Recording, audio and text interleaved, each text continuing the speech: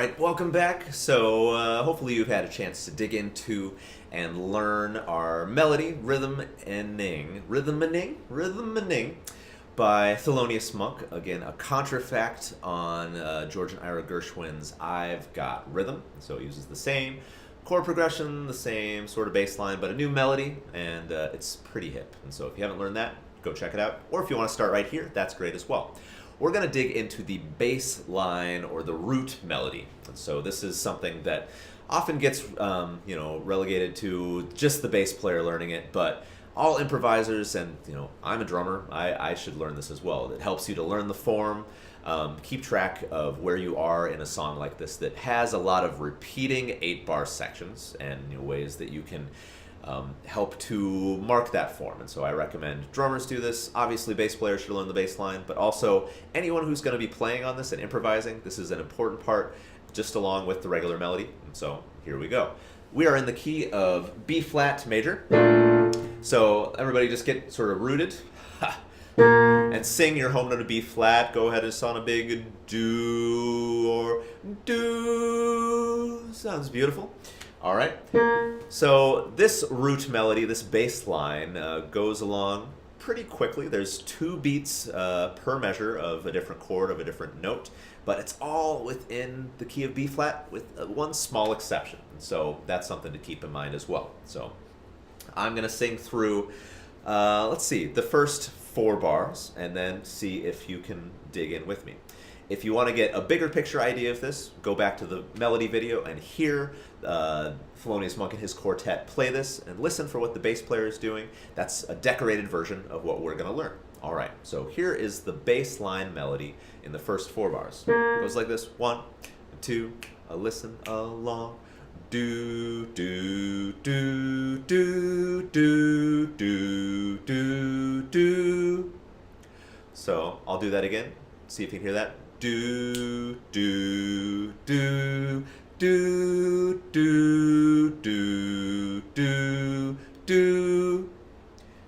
It starts on that home note of B flat, and then ask yourself the question, what shape does the melody take? So it goes do, do, goes down, do, it goes up, do, up again. From there, it goes to a new note.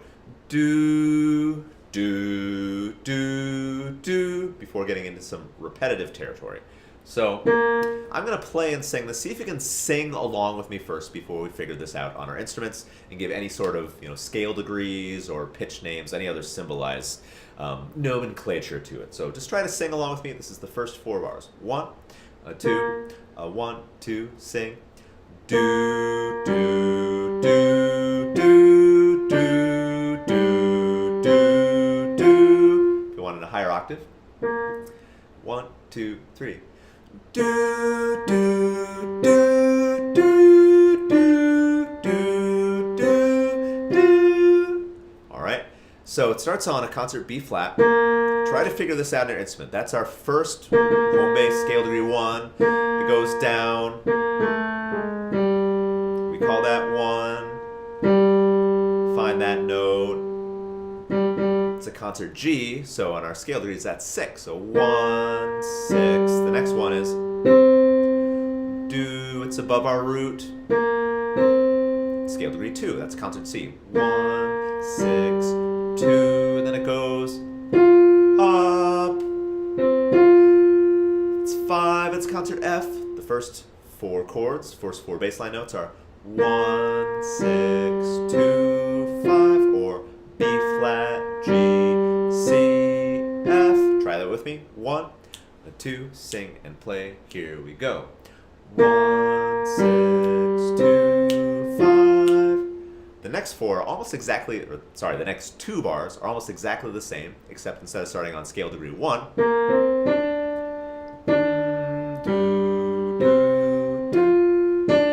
can you find that? Sing it. Do, do.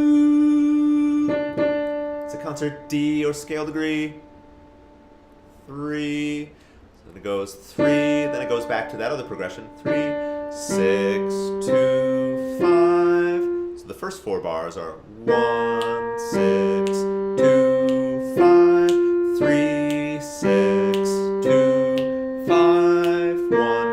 that's one of the most common chord progressions in jazz. If you're familiar with the way that we ended our blues progression, it has a little bit of a 2-5-1 in it. This is a way of embellishing that further. The 3-6-2-5 or 1-6-2-5. It just continues that cyclical phrasing. All right, so the first four, we got that down. 1-6-2-5, 3-6-2-5. And the bass notes on this last one, it starts out in the key. It sounds like this. It goes 1, 2, listen. 1, ba, ba, ba, ba. I'll sing it. See if you can sing it after me. 1, 2, listen. Ba, ba, ba, ba, ba, ba, ba. Try to sing that with me. 1, 2, sing it. Ba, ba, ba, ba, ba, ba, ba. Try to find that on your instruments. That should stand out. That's our home note, scale degree 1, 2, 3. The bass note repeats there, even though the rest of the chord changes a little bit. So it goes B flat, B flat. What's that? So that's in the key, right? 1, 2, 3, 4. 1, 1, scale degree 4, then scale degree.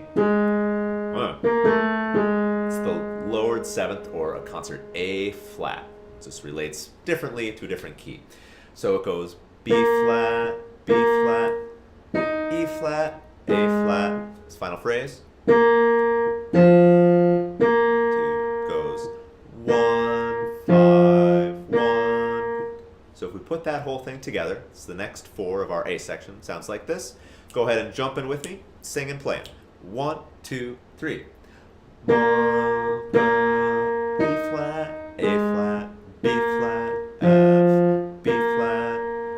So the entire A section sounds like this. See if you can jump in. We have that, 1, 6, 2, 5, 3, 6, 2, 5, 1, 1, 4, flat 7, 1, 5, 1. Let's just try it. I know it's a lot of numbers. Don't worry about that. Just follow your ears and check it after we do it. Go and do it again. Here we go. 1, 2, 3. 1, 6, 2, 5, 3, 6, 2, 5, 1, 4, 7, 1. Let's do the second A. Same thing. 1, 6, 2, 5, 3, 6, 2, 5.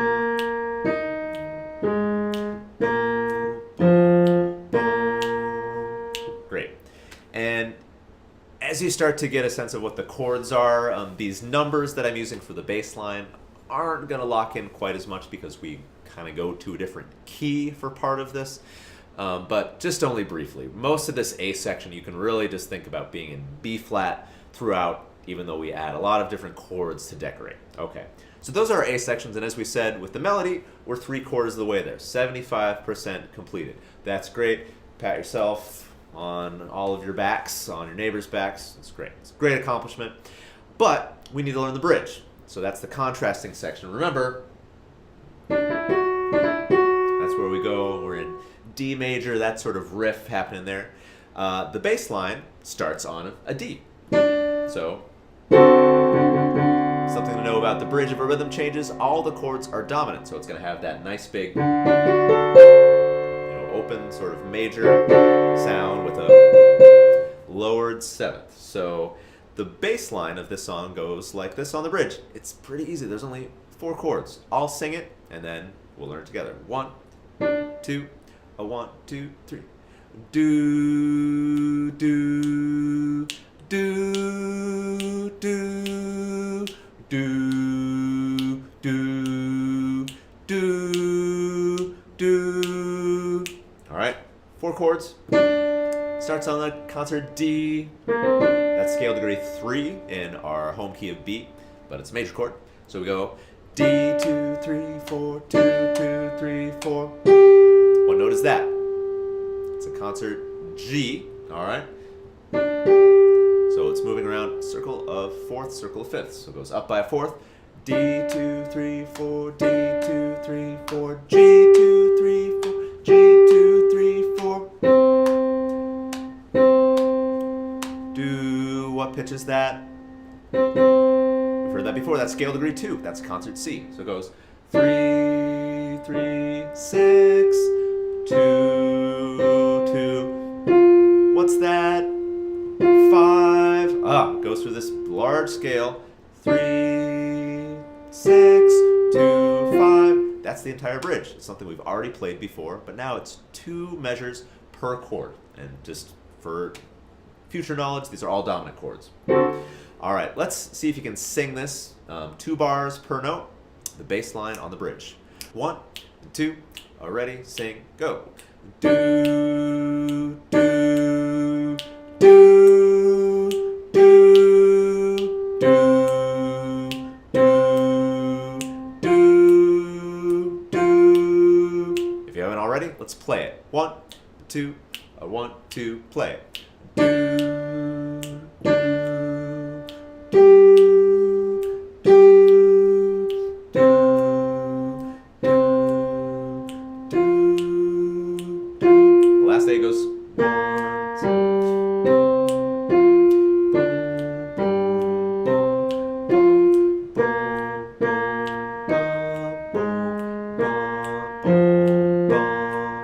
and the top. All right, so you should hear that bridge continuing. That really wants to resolve anytime you're on a dominant chord.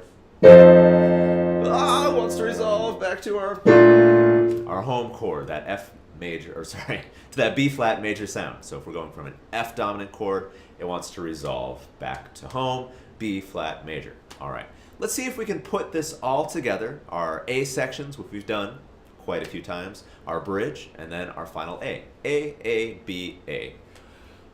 Rhythm changes in B flat. Let's play the bass line. 1 and 2, play and sing. Here we go. Do,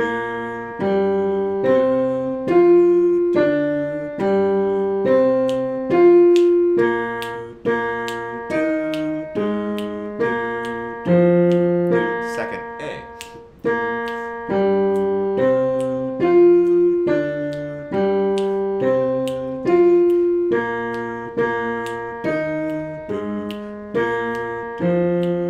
Here's the bridge.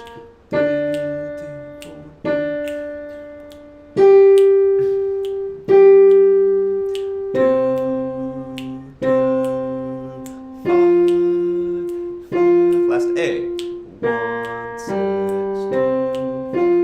5, 3, 6, 2,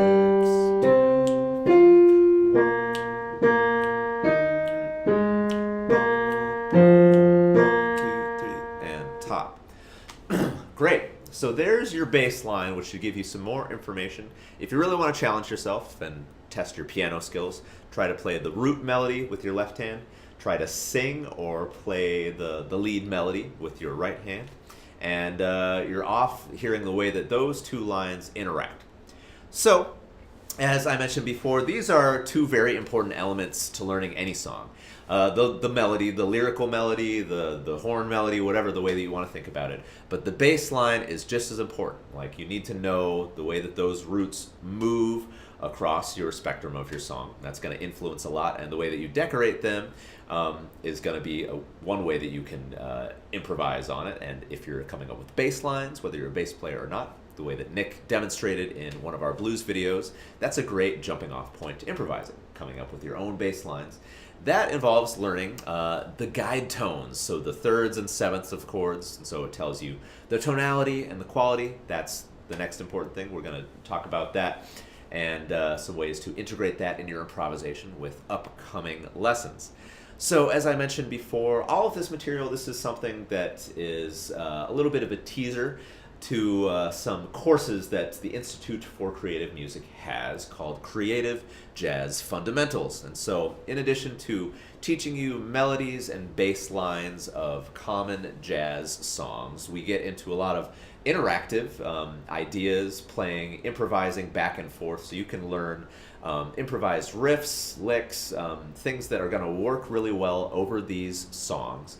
And come up with your own. We give you strategies for using all of these different elements, the melody, the guide tones, the bass line, so that you're in a really good place to come up with your own improvisations, but also use improvisations of great people like, you know, the Nick Finzers, the Chris Ziembas, the classic improvisers of our day, as well as, of course, you know, the original players, Thelonious Monk, John Coltrane, anybody who's improvising on these songs that we're using as a framework. So want to learn improvised solos, want to learn the melodies, want to learn the guide tones.